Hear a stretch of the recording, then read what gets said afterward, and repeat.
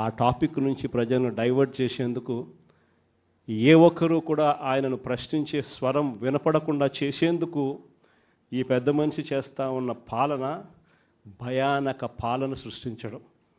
ఆ భయానక పాలన సృష్టించడంలో భాగంగా ఈరోజు రెడ్ బుక్ రాజ్యాంగం నడుస్తూ ఉంది. ఈ రెడ్ బుక్ రాజ్యాంగంలో ఎవరైనా కూడా గొంతు విప్పుతారు చంద్రబాబు నాయుడుకు వ్యతిరేకంగా అని చెప్పి ఎక్కడ చంద్రబాబు నాయుడు గారికి అనిపించినా వెంటనే ఆ మనిషి గొంతు పట్టుకోవడం, ఆ నులిపేయడము అనేది ఎలా అనేది మాత్రమే చేస్తూ ఉన్నారు. మొట్టమొదటిసారిగా చూస్తూ ఉన్నాం మ్యానుఫ్యాక్చర్డ్ విట్నెస్లు. అంటే ఒక నేరంతో ఒక మనిషికి సంబంధం ఉండదు, కానీ ఏకంగా వీళ్ళకి సంబంధించిన ఒక వ్యక్తిని క్రియేట్ చేస్తున్నారు. ఆయన చేత ఆయనను అప్రూవర్ అంటున్నారు, ఆయన చేత ఇష్టం వచ్చిన మాటలు మాట్లాడిస్తున్నారు, ఒక ఎవిడెన్స్ మ్యానుఫ్యాక్చర్డ్ ఎవిడెన్స్ క్రియేట్ చేయిస్తున్నారు, ఆ మనిషితో ఈ మనిషి పేరు చెప్పిస్తున్నారు, ఈ మనిషిని ఇలా అరెస్ట్ చేస్తూ ఉన్నారు. ఇంతవరకు ఎప్పుడు హిస్టరీలో ఇటువంటి కార్యక్రమాలు ఎప్పుడు జరగల. ఒక తప్పుడు సాంప్రదాయానికి పెద్ద మనిషి చంద్రబాబు నాయుడు గారు ఈరోజు బీజం వేస్తూ ఉన్నాడు. ప్రతి నియోజకవర్గంలో కూడా పాత కేసులు ఏమేమి ఉన్నాయని చెప్పి తవ్వుతున్నారు. ఆయన పాత కేసులలో ఇప్పుడు మన ఎమ్మెల్యే క్యాండిడేట్లను ఎలా ఇరికించాలి అని చెప్పి, ఆ కేసుల్లో ఎలా ఇరికించాలి అని చెప్పి ఇప్పుడు చూస్తూ ఉన్నారు. ఏ తప్పు జరగకపోయినా కూడా యాక్టివ్గా ఎవడైనా కార్పొరేటర్ ఉన్నా, ఎవడైనా ఎంపీటీసీ ఉన్నా, ఎవడైనా జెడ్పీటీసీ ఉన్నా, లేకపోతే ఎవరైనా లీడర్ ఉన్నా సరే విజిలెన్స్లో ఎలా ఇరికించాలా, తప్పుడు కేసు ఎలా పెట్టించాలా అనే సంస్కృతితోనే ఈరోజు పాలన సాగుతూ ఉంది. నేను ఒకటి చెప్తా ఉన్నా, ఈరోజు కష్టంలో ఉన్న వైఎస్ఆర్సీపీ అన్నదమ్ములు నేను ఈరోజు చూస్తూ ఉన్నా. నేను మీ అందరికీ ఒకటే చెప్తా ఉన్నా, మీ అన్నగా, మీ తమ్ముడిగా, మీ బిడ్డగా ఒకటి చెప్తా ఉన్నా. నెక్స్ట్ వచ్చే జగన్ 2.0లో పరిస్థితి ఈ మాదిరిగా ఉండదు. ఈరోజు ప్రతి కార్యకర్త కష్టాన్ని చూస్తూ ఉన్నా కాబట్టి చెప్తా ఉన్నా.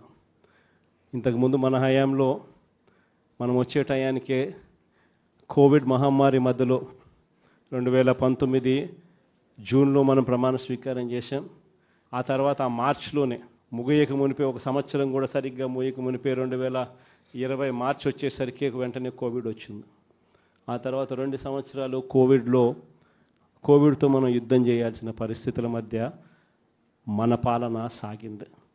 బహుశా కార్యకర్తలకు అనుకున్న మేరకు బహుశా నేను చేయలేకపోయి ఉండొచ్చు, కానీ ఇవాళ ఒకటే చెప్తా ఉన్నా, ఈరోజు ఈ కష్టాన్ని చూసిన వ్యక్తిగా చెప్తా ఉన్నా, రేపొద్దున ఇలా ఉండదు. రేపొద్దున జరిగే ప్రతి విషయంలోనూ వైఎస్ఆర్సీపీకి కార్యకర్తే నెంబర్ 1గా ఉంటాడని మాత్రం ఖచ్చితంగా చెప్తా ఉన్నా. ప్రతి కార్యకర్తకు నేను ఒకటే చెప్తా ఉన్నా, ఎవడెవడైతే మీకు అన్యాయం చేశాడో పర్వాలా, అన్యాయం చేయండి, చేయించుకుంటాం, టైం మీది, కానియండి, కొట్టండి అని చెప్పండి.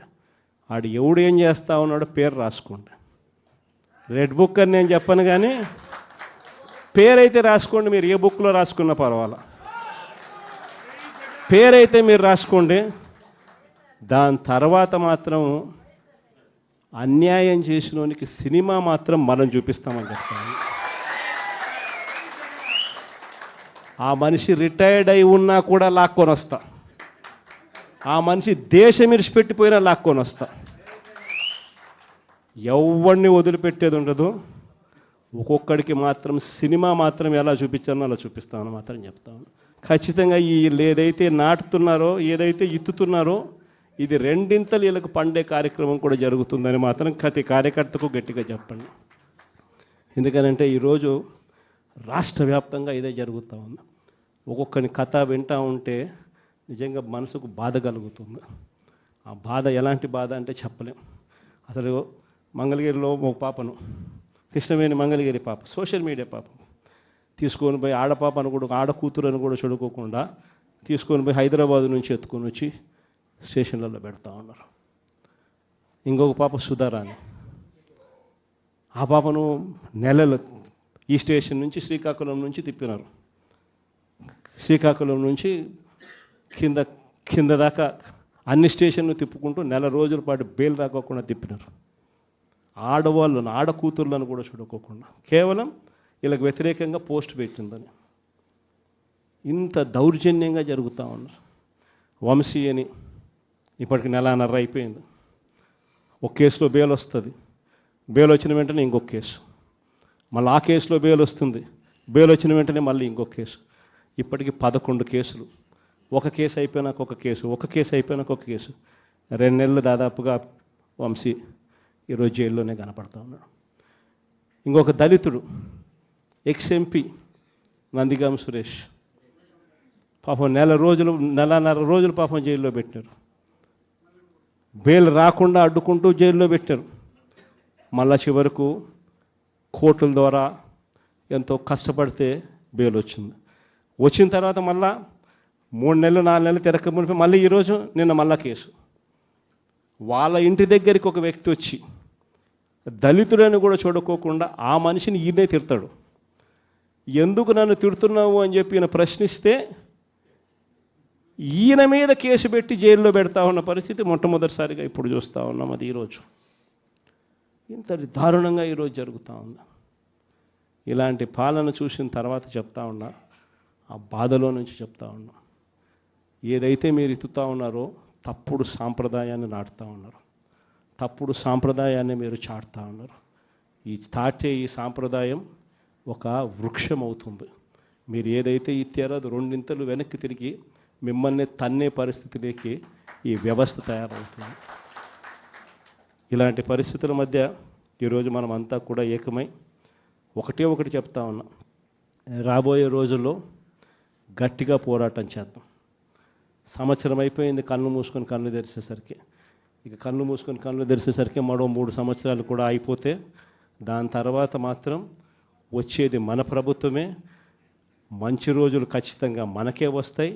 ఒక చీకటి అయిపోయిన తర్వాత ఒక పగలు రాక తప్పదు అన్నది ప్రతి ఒక్కరూ గుర్తుపెట్టుకోమని ఈ సందర్భంగా కోరుతాను.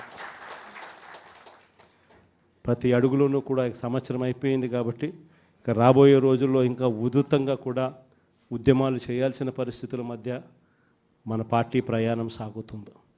ఈ లోపల మనం గ్రామ స్థాయి దాకా కూడా మనం వెళ్ళిపోయి గ్రామ కమిటీస్ ఫామ్ చేసుకోవడం దగ్గర నుంచి మొదలెట్టి బూత్ కమిటీస్ ఫామ్ చేయడం దగ్గర వరకు కూడా పూర్తిగా మనం చేసుకోవాల్సిన కార్యక్రమాలు ఏర్పాట్లు అన్నీ కూడా వ్యవస్థీకరణగా మనం చేసుకునే కార్యక్రమం మనం చేసుకుందాం. దాని తర్వాత ఉద్యమ బాట పట్టాల్సిన సమయంలో ఖచ్చితంగా ఉద్యమ బాట పడుతూ ఈ ప్రభుత్వం చేస్తూ ఉన్న తప్పులను ఎండగడుతూ ప్రభుత్వం చేస్తూ ఉన్న తప్పుడు పనులను ప్రజలకు ఎత్తి చూపుతూ మీ పాత్ర మీరు పోషించాల్సిన సమయం కూడా వచ్చింది అని చెప్పడానికి ఈ సమావేశాలన్నీ కూడా ఏర్పాటు చేసి